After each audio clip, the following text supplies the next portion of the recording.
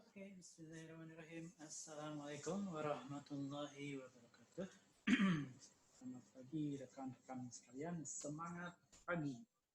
Baik, kita pagi hari ini akan melanjutkan sesi kita yang kemarin sempat kita jalankan, tapi ada beberapa trouble sedikit yang kemudian insya Allah hari ini kita akan tunjukkan solusi serta sekaligus kita akan menuntaskan bahasan tentang Git kita, sehingga nanti kalau saya mau nge-share file di Git, mudah-mudahan rekan-rekan sudah bisa berkolaborasi di sana, ya. Paling nggak narik datanya udah ngerti, ya. Oke, dan ini benar merupakan salah satu bagian dari tantangan di level 2. Sorry, kurang kedengeran tadi kayaknya ya. Mikrofonnya di atas. Coba ya. Jadi hari ini kita akan meneruskan bahasan kita yang kemarin terkait masalah Git yang sudah terhubung ke repository di internet sana. Di mana saya menggunakan platform namanya GitLab dan saya create project di sana dan menjadi repository. Repository publik. Nah, kita di sini akan belajar nih bagaimana cara kita menghubungkan mengintegrasikan Git yang kemudian sudah kita pahami di awal-awal bahasan kita dengan Git yang di server sana. Jadi kalau kita review dikit ya, sekarang kita ngomongnya udah di 2 sistem. Jadi saya punya sistem lokal sama satu lagi adalah sistem publik. Ya, nah ini yang lokal yang sebelah kiri, lokal laptop atau PC. Dan ini adalah yang di remote. Remote repository. Nah, dalam hal ini saya gunakan GitLab ya. Nah, kalau kemarin kita ngebikin melakukan proses tahapannya tuh dari unstage, dari untracked ya, kemudian naik menjadi tracked di track ya, kemudian udah gitu modify stepnya tuh, kemudian dia di staged ya, kemudian setelah di staged terus di commit ya. Nah, ini semuanya lokal sifatnya ya, jadi semua ini karakteristiknya dia lokal. Nah, artinya lokal itu berarti ketika kita ingin melakukan proses perubahan atau membatalkan perubahan, itu semuanya dilakukan di laptopnya kita. Tidak akan berdampak kemana-mana. Nah, sekarang ketika kita berbicara ini di lokal, maka filosofi dari Git proses yang ada di lokal ini lebih ditujukan untuk memungkinkan kita memfinalisasi dulu nih, memfinalisasi pekerjaan-pekerjaan kita, dan ketika kita sudah di ujung effortnya kita yang di lokal, ya commit dan udah di state yang terakhir, maka commit yang terakhir inilah yang kemudian kita push nanti ke si remote repository ini, gitu kan ya. Nah, hanya saja memang untuk untuk melakukan proses interkoneksi ini, kita harus membuat terlebih dahulu yang namanya si aliasing untuk remote-nya itu sendiri. Yang kalau kemarin kita sudah sebutkan ada yang namanya git remote ini ya.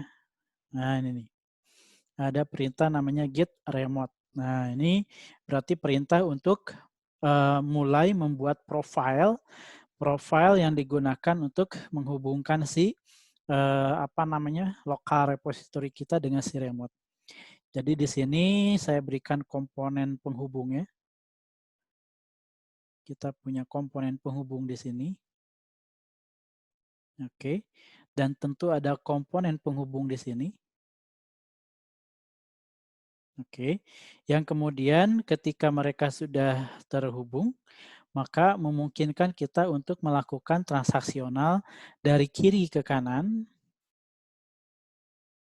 ya, yang kemudian kita kenal dengan istilah push berarti ya.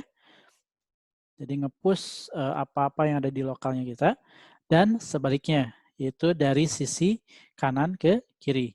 Berarti dari sisi remote ke sisi lokalnya kita, yang kemudian kita sebut ada dua di sini, ada dua proses, nanti ada pull, saya perkenalkan dulu, ada fetch dulu, dan ada pull.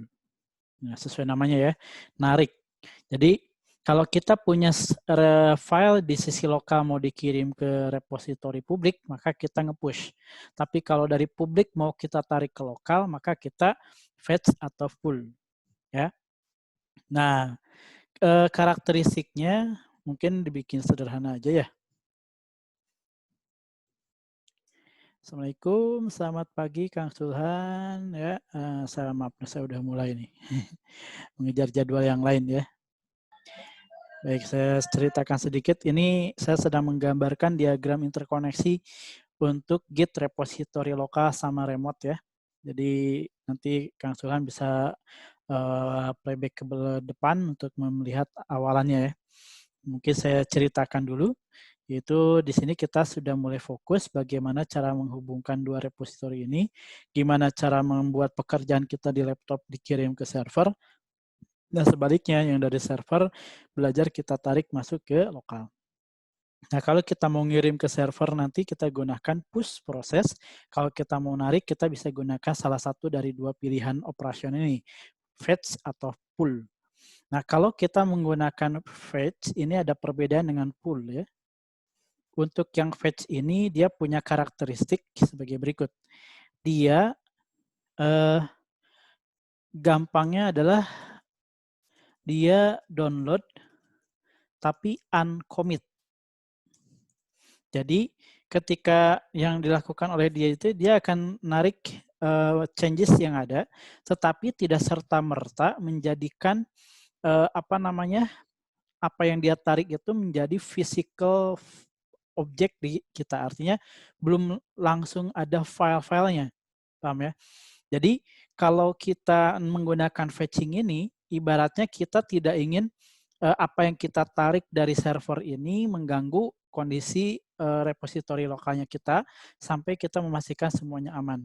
Nah, kalau kemudian semua sudah aman, maka kita lakukan proses merging. Jadi di merge, baru dia masuk ke dalam lokal repositori kita dan file-filenya juga langsung muncul. Ya.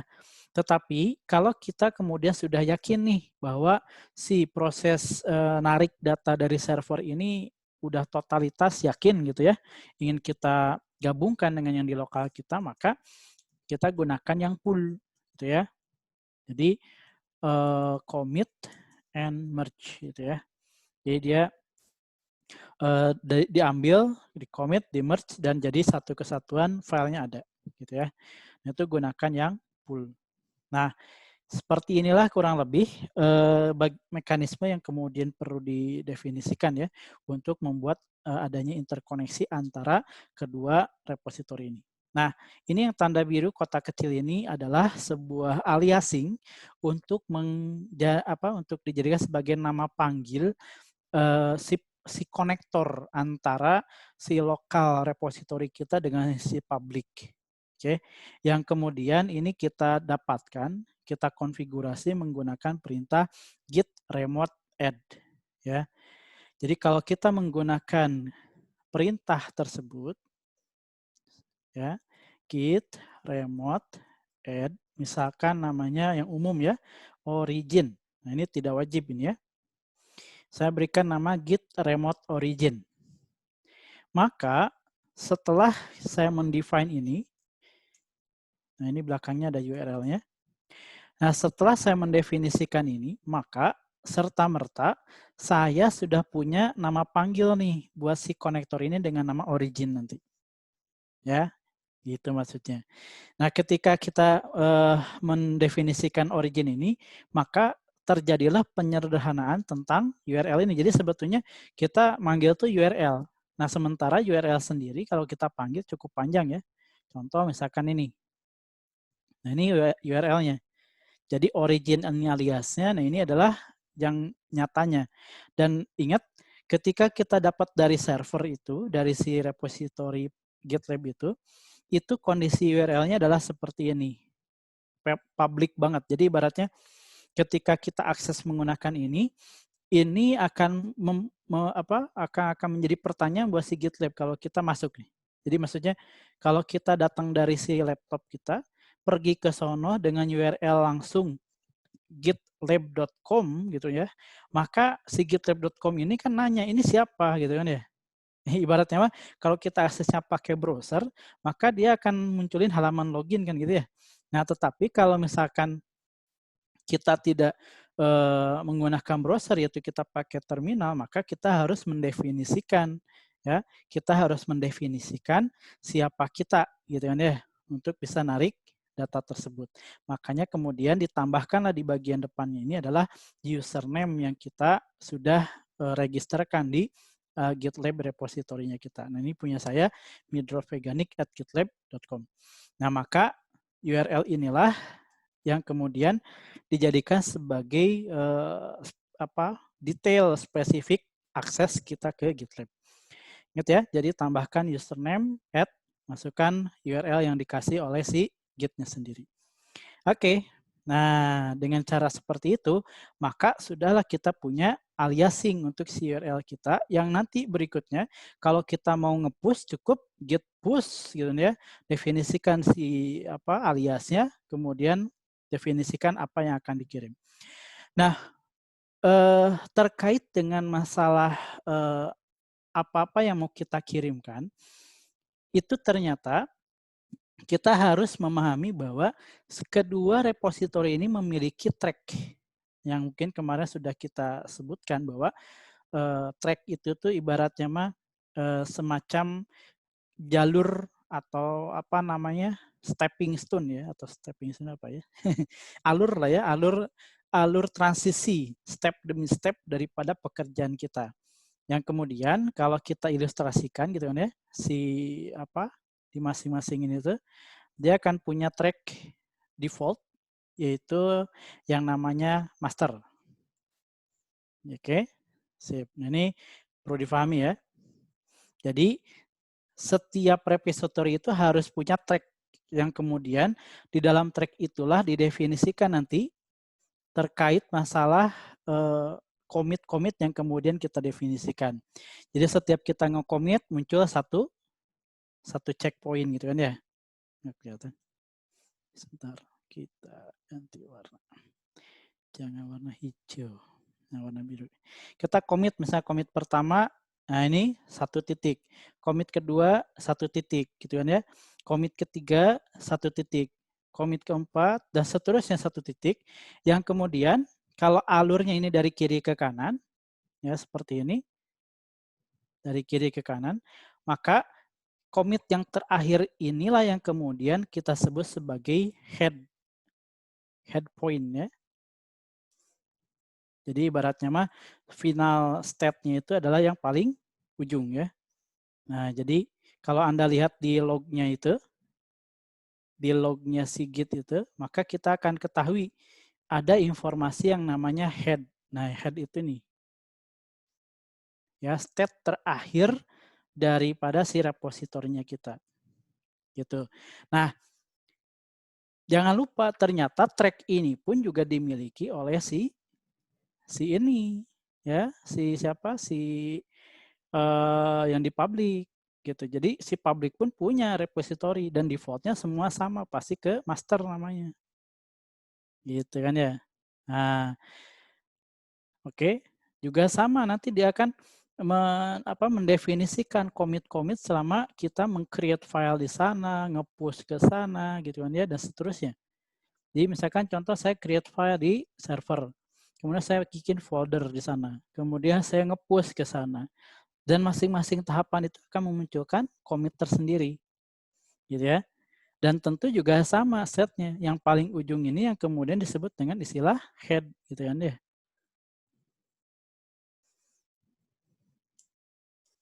Nah, ini yang membuat beberapa orang di awal yang belajar tentang Git ini agak kebingungan karena terminologi dan juga visualisasi tentang sistem ini tidak sesederhana yang kita bayangkan karena kita nggak terbiasa. Ya, mudah-mudahan ini bisa menjadi penyederhanaan dan Anda harus nyoba. Kalau nggak nyoba akan sulit ya. Nah, gara-gara adanya arsitektur seperti ini, maka saat kita nge-push dari kiri ke kanan, gitu kan ya, kita harus mendefinisikan mana yang mau di-push dan kemana, gitu kan ya. Nah, gara-gara itulah maka kalau itu mau dispesifikkan dalam pemanggilannya, maka yang sebelah kiri ini nanti disebut dengan istilah master. Oke, sip. Nah, yang sebelah kanan ini dia dipanggil juga master, tetapi dibedakan dengan yang kiri dengan menambahkan alias yang udah kita bikin. Dia disebutnya origin garis miring master. Ya, gitu. Paham ya? Jadi dengan adanya apa? Dengan adanya informasi ini, ibaratnya dua-duanya bernama master, tetapi yang membedakan master yang di remote itu adalah dengan adanya penambahan aliasing remote repository, yaitu origin dalam hal ini, diikuti dengan slash master. Maka clear sudah, master mana nih yang mau kita referensikan. Oke, bisa dipahami ya? Sip. Ya harus nyoba sih memang. Ya. Nah untuk itu, pagi ini kita cukup satu sesi, insya Allah mudah-mudahan nyampe waktunya. Kita akan mulai nih melakukan proses membuat apa namanya interkoneksi ini antara sisi kita dengan sisi remote ya. Dan untuk melakukannya mungkin skenarionya saya coba pikirkan dulu ya. Yang paling enak adalah saya bikin project di server ya. Bikin project dulu di server, kemudian saya tarik. Oke, saya tarik ke lokal, kemudian nanti saya kerjain sesuatu di lokal, saya kirim ke server, di server saya ngerjain sesuatu, saya tarik ke lokal. Pokoknya TikTok itu kita akan coba diskusikan ya. Nah, kemudian nanti skenario kedua, saya akan bikinnya dari sisi lokal, kemudian di push ke remote sana. Tentunya di sisi remote sudah dibuatkan dulu projectnya. Oke ya, jadi kita akan mulai dulu dengan skenario pertama. Skenario uji coba. 1, skenario A ya. Starting point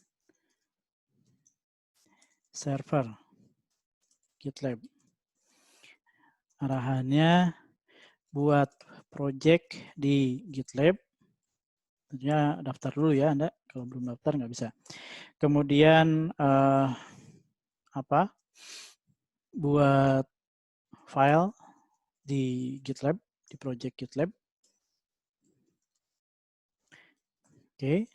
Kemudian setelah itu kita commit tentu ya. Commit di GitLab-nya. Kemudian setelah itu kita buat folder di lokal. Oke. Kemudian init foldernya.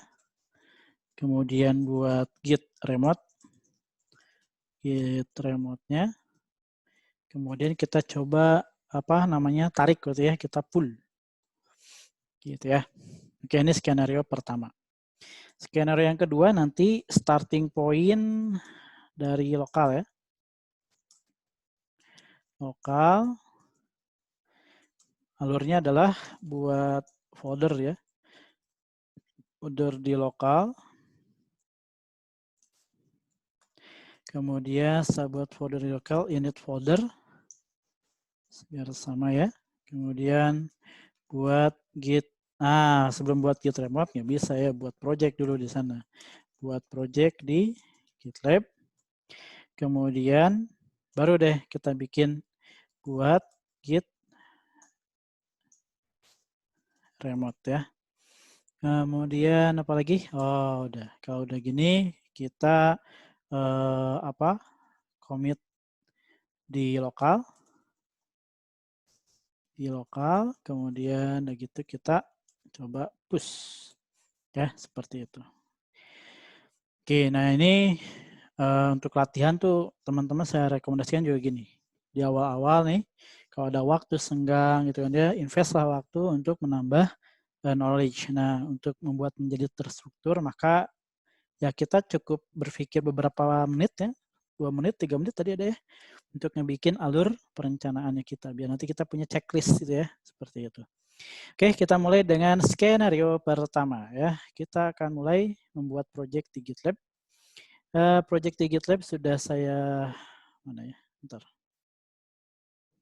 Oh iya, saya sudah punya, saya tutupin dulu biar enak untuk melihatnya. Oke ya, kita panggil dulu ya, gitlab.com.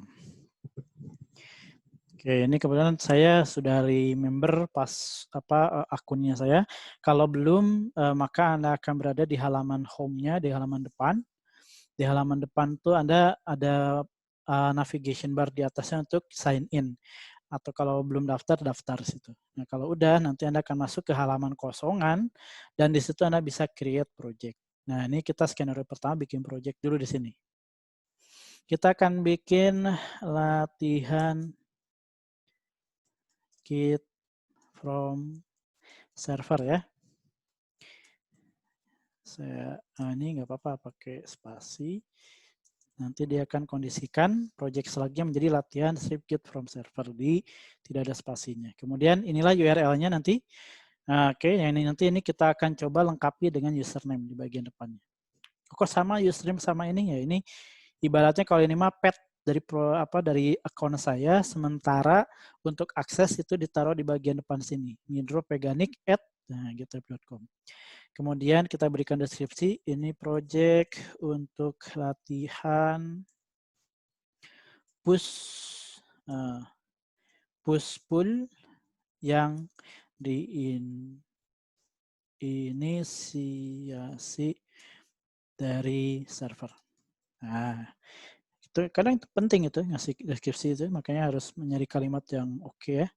Saya bikin public, oke, kemudian create project, oke. Nah udah kita punya sesuatu nih di sini ya.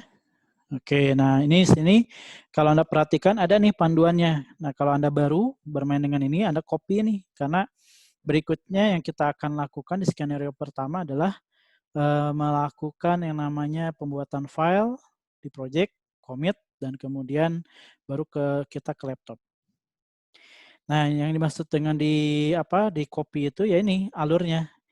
Nah, untuk yang skenario kita akan menggunakan yang ini.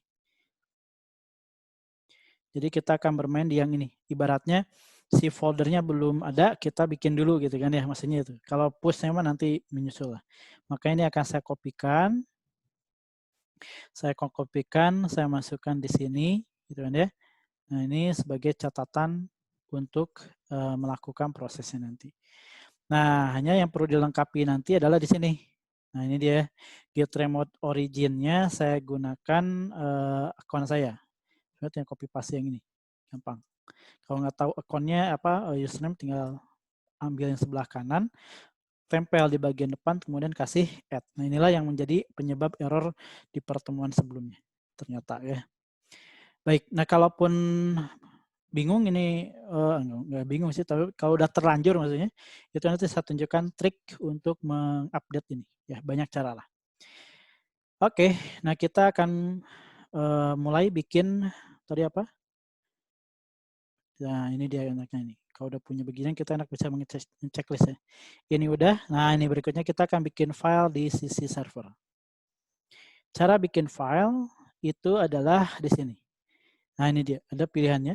Kalau untuk halaman yang pertama kali dibuka, klik new file.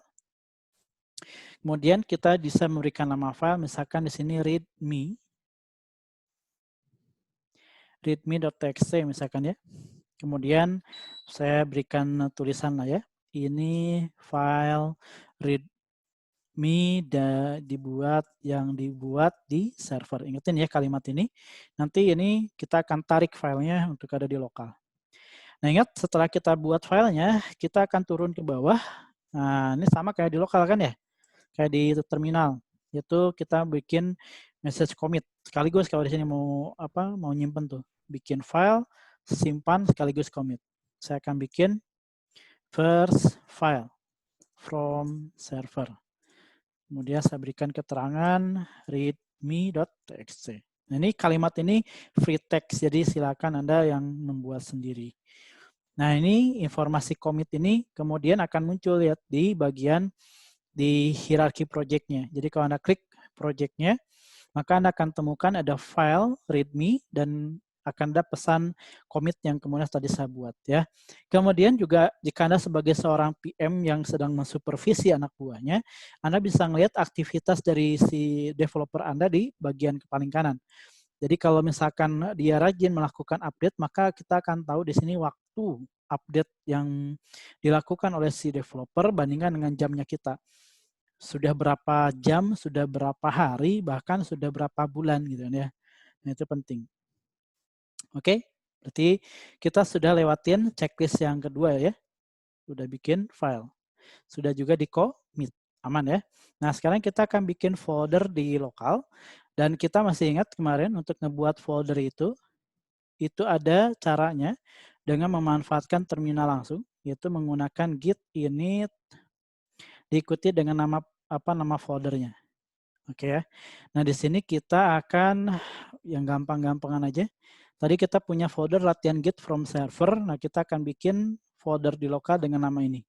Latihan git from server itu kita akan jadikan sebagai nama folder di lokalnya kita. Berarti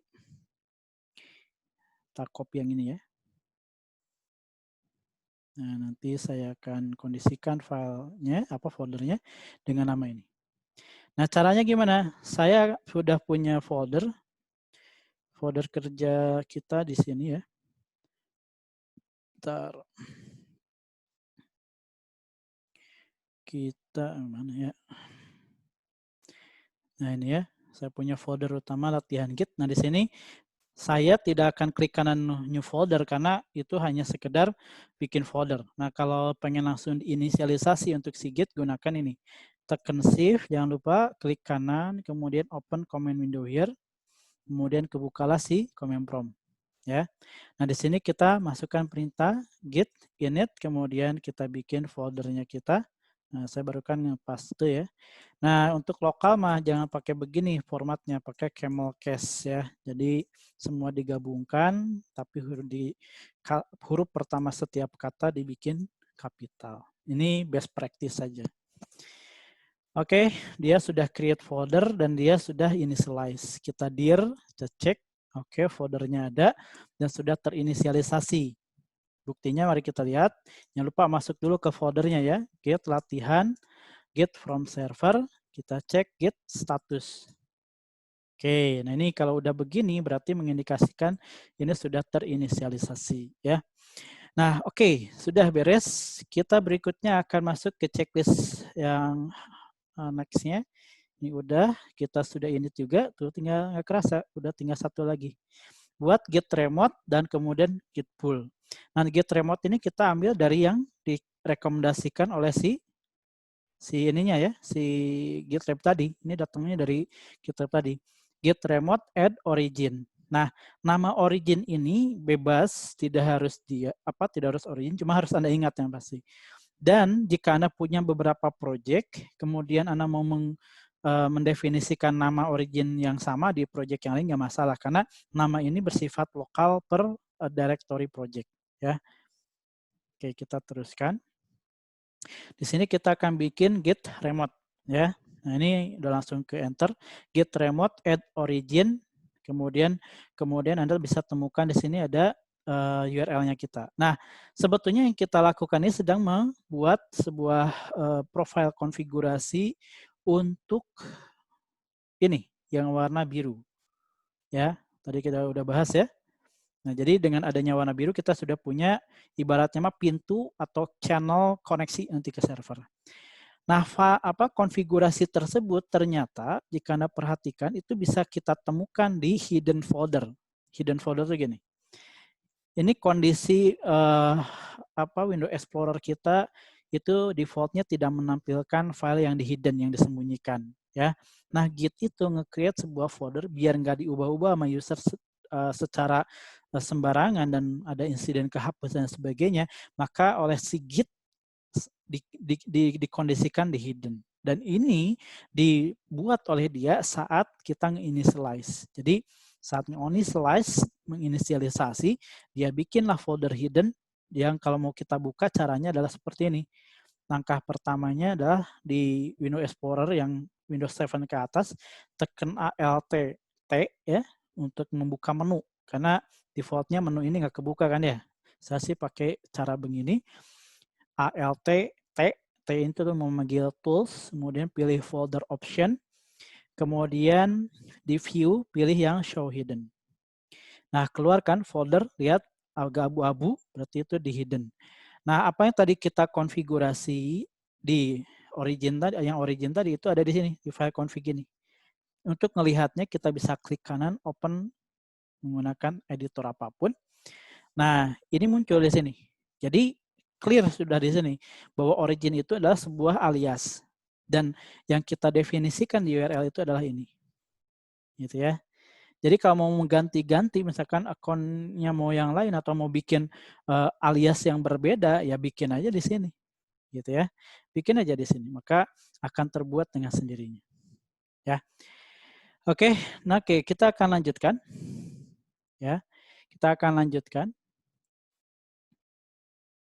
Checklistnya kita berikutnya itu adalah setelah ngebikin origin, kita udah ya ini git remote-nya sudah. Oke, nah kita akan narik sekarang, nge-pull.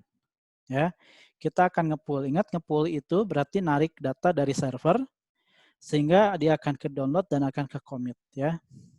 Nah, untuk itu maka saya akan lakukan cara seperti ini aja, git pull. Karena cuma satu doang, maka saya cuma cukup pakai git pull untuk melihat atau menarik si data. Tapi bentar. Kayaknya ini. Untuk yang pertama kali. Kalau untuk yang pertama kali berarti harus pakai ini.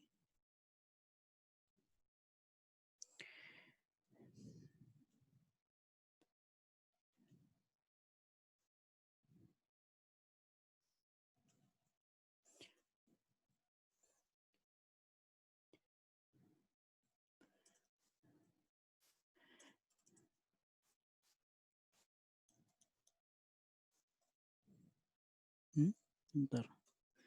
Git.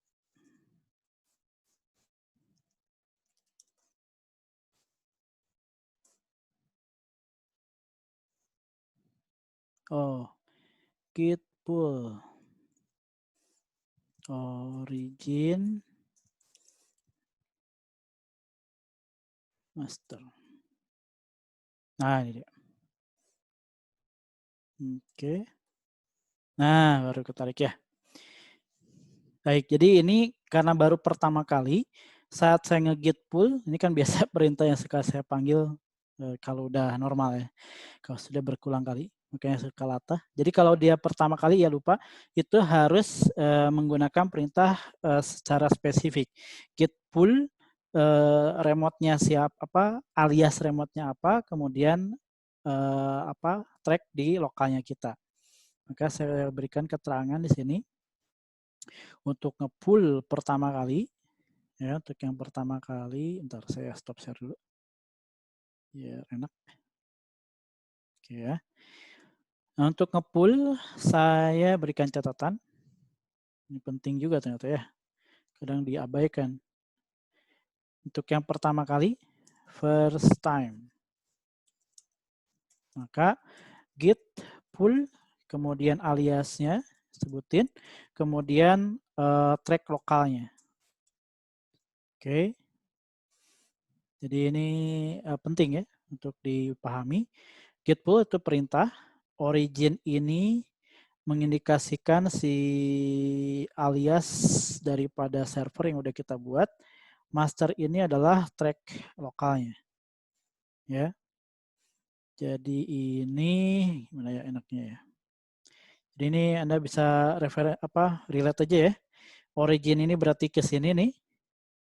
Ya, ke sini. Sementara master ini ke track lokalnya kita. Nah, gitu ya.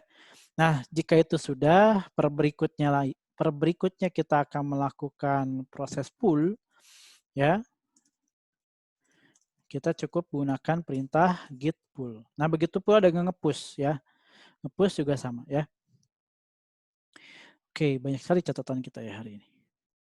Dan perhatikan inilah filenya sudah muncul readme.txt ya kan ya. Kalau kita dir, kemudian kita cek ke foldernya kita,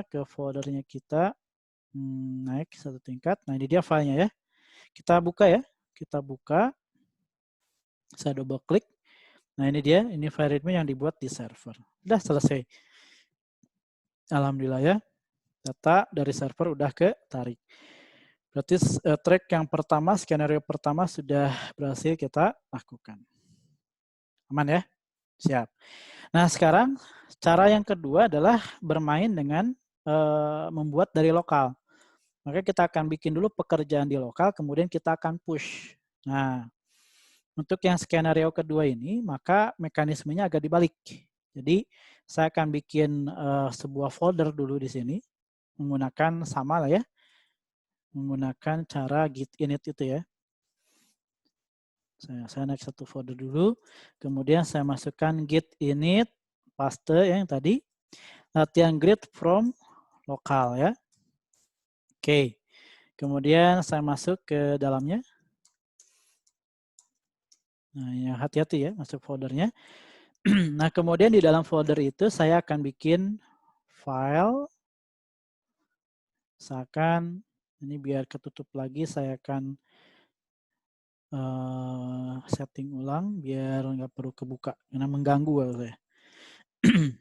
Kita akan bikin file di sini readme juga. Readme isinya adalah keterangan saja. Ini readme yang dibuat dari lokal. Ya. Sip. Baik ya, berarti kita sudah melewati tahapan ini, sudah nge-init kan ya, udah bikin file juga. Nah, kita nanti akan nge-commit yang di lokal dan kita akan push. Nah, untuk itu kita akan siapkan project di GitLab-nya ya.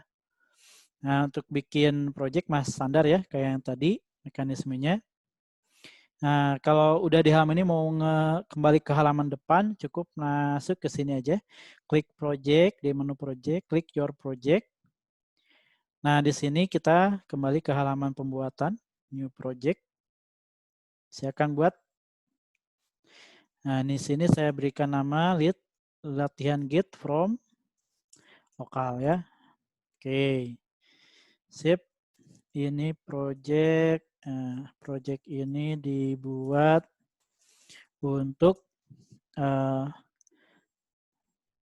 handle push dari lokal ya, contoh ya.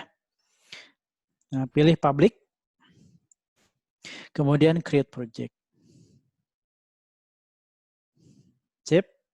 Sama kan akan ada instruksi juga. Nah, ini standar saya akan copy.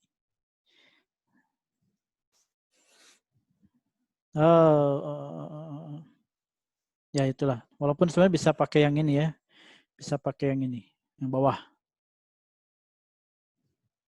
Oke, nah ini kita akan paste. Oh ya, mangga Kang Willy, silakan sambil jalan aja. Ini saya akan taruh di sini ya.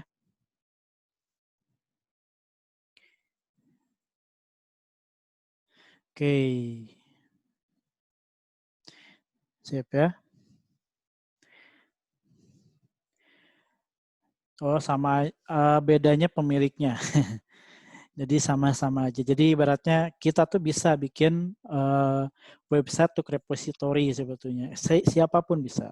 Yang kemudian website tersebut kita kasih nama repository publik.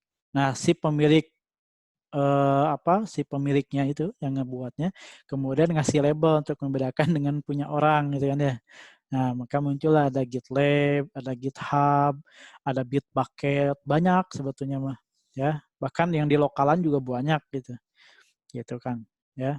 Jadi tidak perlu bingung karena apa? Protokol Git-nya semua sama. Jadi semacam gini lah. Kalau teman-teman mau bikin repository itu sudah ada template yang harus diikuti. Ya, jadi ini dibuat untuk menstandarkan saja sehingga nanti yang membuat semua itu berbeda adalah fitur tambahannya, fitur pengelolaan proyeknya dan sebagainya. Tapi protokol Git-nya semua sama, gitu ya. Oke, itu kurang lebih Kang Widi. Oke ya, project sudah dibuat. Nah ini kita akan bikin aliasingnya, kita akan bikin Git remote-nya.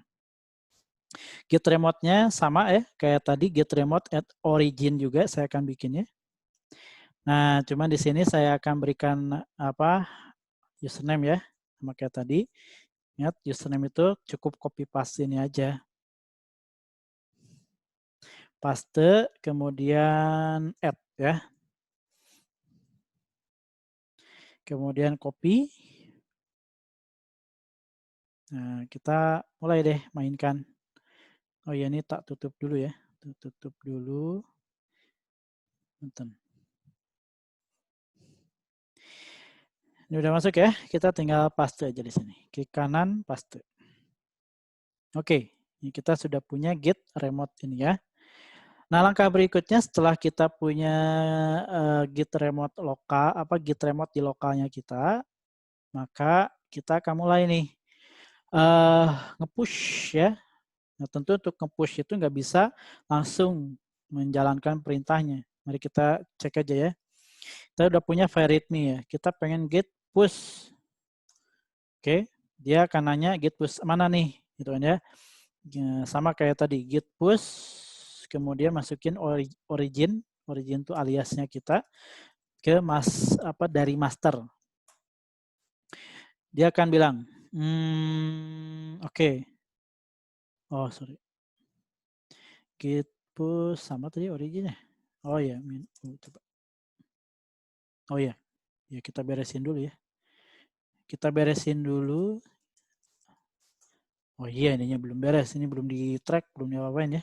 Kita akan bikin dia jadi git staged, git add titik, kemudian kita git status. Ops, oh itu ternyata, oke ini kita ganti nanti ya. Oke, kita akan git commit. Kasih pesan file pertama dari lokal. Oke, git status, git, oke udah aman. Git log, oke udah ke commit ya. Ini kayaknya kita perlu cek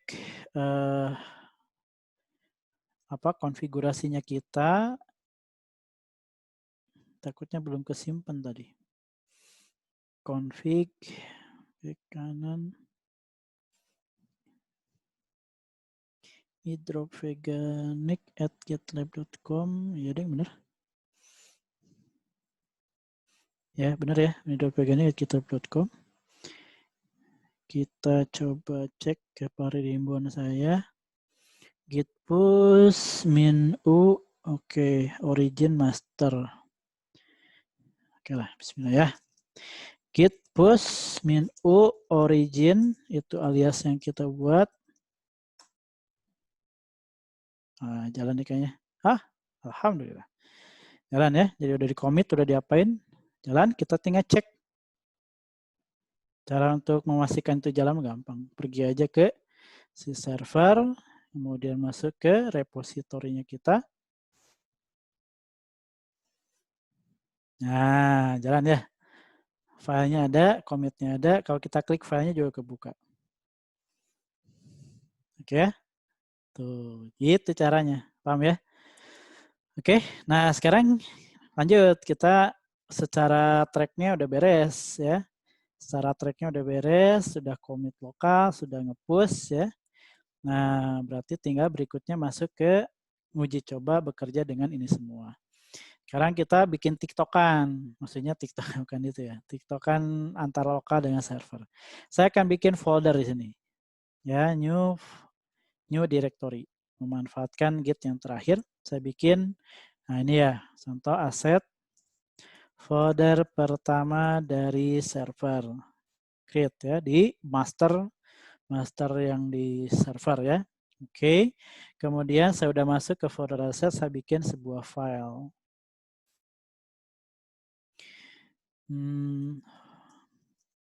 Readme.txt. Ini file readme dari server di folder asset. Oke ya. Kita commit file pertama dari server. Oke, nah kita akan coba latihan untuk melakukan operasional yang ini. Nah ini nih, kita akan coba yang nge-fetch ya. Kita akan coba nge-fetch. Oke, untuk melihat semua aktivitas kita kan kita bisa pakai git log ya. Nah git log ini menunjukkan status track di lokalnya kita. Master mengindikasikan lokal kita, origin SAS master itu mengindikasikannya si server.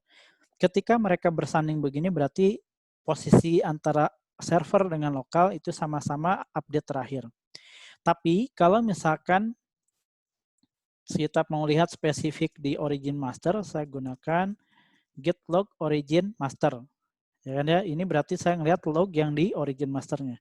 Nah ini ciri jika keduanya lokal maupun server itu update-nya persis sama gitu kan ya, maka seperti ini kondisinya. Oke. Nah mari kita lihat kalau misalkan saya mau narik yang tadi di server ya, maka ada pilihan namanya get fetch. Ingat get fetch itu beda dengan get pull yang tadi kita bicarakan di pertama. Get fetch itu dia hanya akan nge-download dulu, tidak ke temporary, tapi tidak nge-commit. Sehingga kalau mau di-commit, kita mau digabungkan, dan mau filenya ada di kita, di lokalnya kita, maka kita harus merge antara si track yang di origin master dengan di master. Kok git fetch. Kita lihat, oke, ada progres berjalan. Saya dir itu masih file yang lama, yaitu readme saya doang. Perhatikan ini, belum ada gitu ya. Folder aset yang tadi kita buat itu belum ada. Paham ya? Nah, kalau sekarang saya git log, lihat, sudah tidak ada lagi si origin master sebelah kanan yang mengindikasikan bahwa sudah berpisah mereka state-nya. Maka kalau kita pengen melihat si lognya origin master, nah ini dia, masukkan git log origin SAS master, maka ketahuan ternyata ada perbedaan state gitu ya. Oke, di server sana udah ada 2 commit, folder pertama dari server dan file pertama dari server, dan ini adalah posisi terakhirnya. Dan ini muncul ketika kita nge-fetch tadi. Artinya apa? Semua perubahan yang ada di server itu ya sifatnya dia lokal sampai kemudian kita mengintroduce ya melalui get fetch tadi. Oke ya. Nah, bagaimana kalau kita ingin menggabungkannya? Maka untuk menggabungkannya kita bisa gunakan get merge. Nah, ini dia. Get merge antara master yaitu yang di lokal dengan si yang di remote. Berarti origin SAS master kalau di kita. Maka kita lakukan git merge master kemudian origin / master. Oke, ini yang kemudian muncul. Kita cek di git log-nya kita. Set. Nah, lihat head-nya udah barengan lagi. Dan kemudian di foldernya kita, folder aset sudah ada, filenya pun juga sudah ada. Ya. Gimana? Kalau kecepatan di pelan-pelanin aja. Karena nanti kita akan punya satu buah pekerjaan yang memanfaatkan ini dan sebagai bentuk latihan di mana saya akan insya Allah akan mengirimkan file template untuk webnya kita, untuk pembelajarannya kita. Setelah PR Anda selesai dikirimkan ke saya akan kirimkan template untuk kita coba gunakan. Ya, nah saya nge-share-nya tidak akan lagi menggunakan Dropbox, tapi kita akan gunakan mekanisme Git ini. Ya, jadi bagi yang belum mengikuti, ya silakan ikuti dulu karena Anda akan kerepotan sendiri nanti ya. Oke, nah seperti itu mungkin kurang lebih bahasan kita untuk hari ini, gitu kan ya. Oke, satu lagi ding, satu lagi. Kita belum belajar tentang nge-cloning ya, nge-clone. Nge-clone itu adalah sebuah proses di mana kita ngambil data dari si server. Nge-clone itu ada 2 cara. Jadi kalau saya ngirimin ini tolong cloning ini gitu ya. Maka saya sebenarnya mengirimkan ini. Nah, ini dia nih. Oke. Nah, kalau mau pakai Git, maka ini di URL ini yang kemudian Anda proses. Tapi kalau mau di-download lokal, pakainya ini. Download, kemudian ambil zip, ekstrak, maka sudah keambil ya. Kayak file biasa aja. Nah, ini kan ya, kalau saya klik download, jadinya begini kan. Kalau saya buka filenya, maka ya standar. Ya, standar. Semua file yang tadi ada ya, selesai. Itu nge-clone namanya. Nah, tapi nge-clone yang lain juga bisa dengan cara seperti berikut. Coba aja ya. Nah, ini saya akan keluar. Saya akan klik kanan, maaf, saya akan git clone, kemudian klik kanan paste ya. Oke, ini URL yang saya berikan tadi. Nah, ini juga sama nih. Kalau Anda perhatikan sekarang, lihat ya, nama folder saya di project kan ini latihan strip git ya. Nah, itu menjadi folder di sini sekarang. Jadi kalau saya bilang, nanti tolong cloning ya. Cloning project-nya kita, ini URL-nya. Nah, itu berarti saya menginstruksikan Anda memasukkan perintah ini. Git clone, kemudian paste aja URL-nya. Ya. Oke, nah ini saya akan kirimkan ke chat ya. Nah, ini tolong bagi Anda yang ikutan di sesi pagi ini, tolong Anda kan Git-nya udah pada diinstal kan ya. Nah, saya berikan tugas pertama yang ikut pada pagi hari ini, tolong masukkan perintah tadi ya, git clone, diikuti dengan URL-nya. Siapa aja nih yang hadir? Ada 2 ya. Nah, Kang Sulhan sama Kang Willy memungkinkan buat nyoba untuk mengeksekusi perintah ini? Kalau memungkinkan, tolong dieksekusi dan berikan statusnya. Berhasil apa enggak?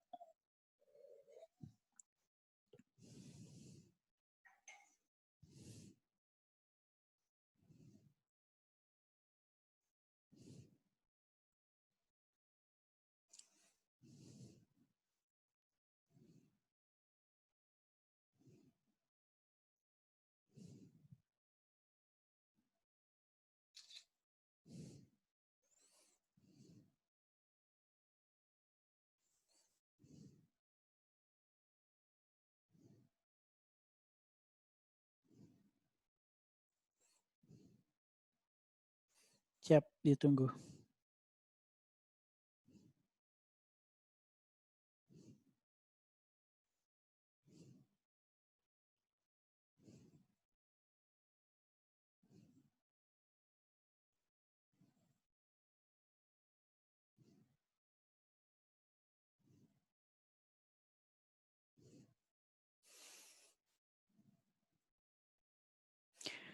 Jalan. Ini clone-nya yang mana? Ini, URL ini. Jadi perintahnya jadi gini Kang Willy. Tuh Kang Sulhan udah berhasil. Udah berhasil. Jadi perintahnya jadi git clone paste ya. Nah, perintahnya itu. Bisa ya Kang Sulhan ya? Oke. Sip, mantap. Berarti sudah bisa ya. Nah, ini mudah-mudahan jadi penyegaran lah buat teman-teman. Sistem kolaborasinya udah mulai jalan dan nanti kita akan bisa kolaps pekerjaan tertentu dan semua harus dimulai dari sini ya. Nah, salah satu patokan untuk melihat keberhasilan belajar kita yang untuk topik ini adalah ketika nanti kita sudah bisa berbicara by sistem GitLab seperti ini ya. Jadi kalau misalkan saya bilang tolong Kang Sulhan update file file home-nya ganti warna navbarnya jangan agak pucat gitu ya, tapi agak segeran. Nah, Kang Sulhan update, kemudian saya bilang, Kang Sulhan kalau udah beres tolong di-push ya. Nah, nge-push tuh berarti Anda akan mengirimkan data itu ke repository dan nanti saya akan ambil. Ya. Baik, maaf nanya. bedanya clone with SSH dan HTTP. Oh, beda ini, beda jalur aksesnya. Kalau Git clone HTTPS yaitu kayak tadi, ya itu lebih gampang. Untuk project yang publik itu lebih gampang karena kita menggunakan protokol yang umum. Tapi kalau misalkan pakai SSH, Anda harus punya key tambahan. Kemudian aksesnya pun juga dia lewat jalur terminal khusus gitu ya. Nyambungnya ke si GitLab-nya itu pakai jalur khusus. Memang lebih aman gitu ya, makanya agak lebih ribet ya. Kalau Anda perhatikan di GitLab yang dibuat ya, di GitLab yang dibuat itu ada ini yang di atas nih add SSH key. Nah ini yang harus diikutsertakan. Lebih ribet sih, tapi memang untuk project-project yang public jarang dipakai. Ini lebih cenderung dipakai untuk yang project private ya, yang sifatnya internal. Seperti itu kan. Baik ya, nah PR pertama buat rekan-rekan untuk yang ini adalah tolong masing-masing sudah membuat sudah membuat akun masing-masing. Mau di GitLab, mau di yang lain silakan ya. Intinya mah punya akun project. Nah, itu yang akan jadi fasilitas kolaborasi Anda dengan server dulu. Nah, nanti berlanjut kita akan berkolaborasi antar beberapa orang. Jumlah batasan tim. So far batasannya cukup banyak untuk satu pekerjaan. Jadi sejauh ini saya ngelihat belum pernah ada yang menembus sampai, wah ini udah kelebihan, udah kepenuhan gitu ya. Ketika itu muncul, andai kata pun ketika itu muncul, itu mengindikasikan berarti pekerjaan kita sudah overloaded. Karena gini Kang Suhan, batasan maksimal itu tentu kembali kepada masing-masing repositori. Kalau maksimal secara teknis. Cuma secara manajemen, sebuah project yang tidak terlalu besar tapi yang ngerjainnya banyak gitu kan ya, itu juga akan sulit untuk nge-organize-nya.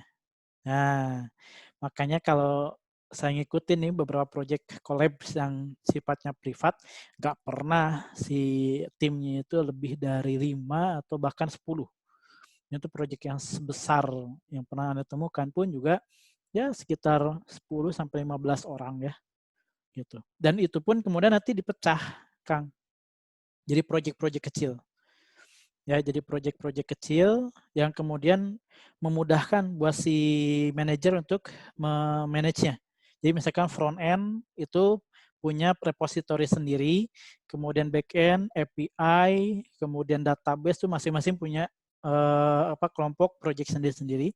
Kemudian dari semua itu kita bikin satu lagi project hierarkinya di atas, ini untuk menggabungkan semuanya. Paham ya? Jadi apa yang udah dikerjakan di masing-masing, ya di masing-masing unit kerjanya itu, ketika sudah final itu akan dikomitkan ke hierarki yang di atasnya. Nah itu lebih baik ketimbang semua nimbrungkan di satu project yang sama.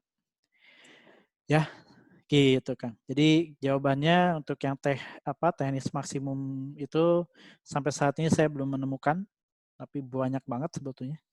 Ya, cuman tidak terlalu recommended kalau terlalu banyak. Baik, mungkin itu dulu sesi pertemuan kita hari ini.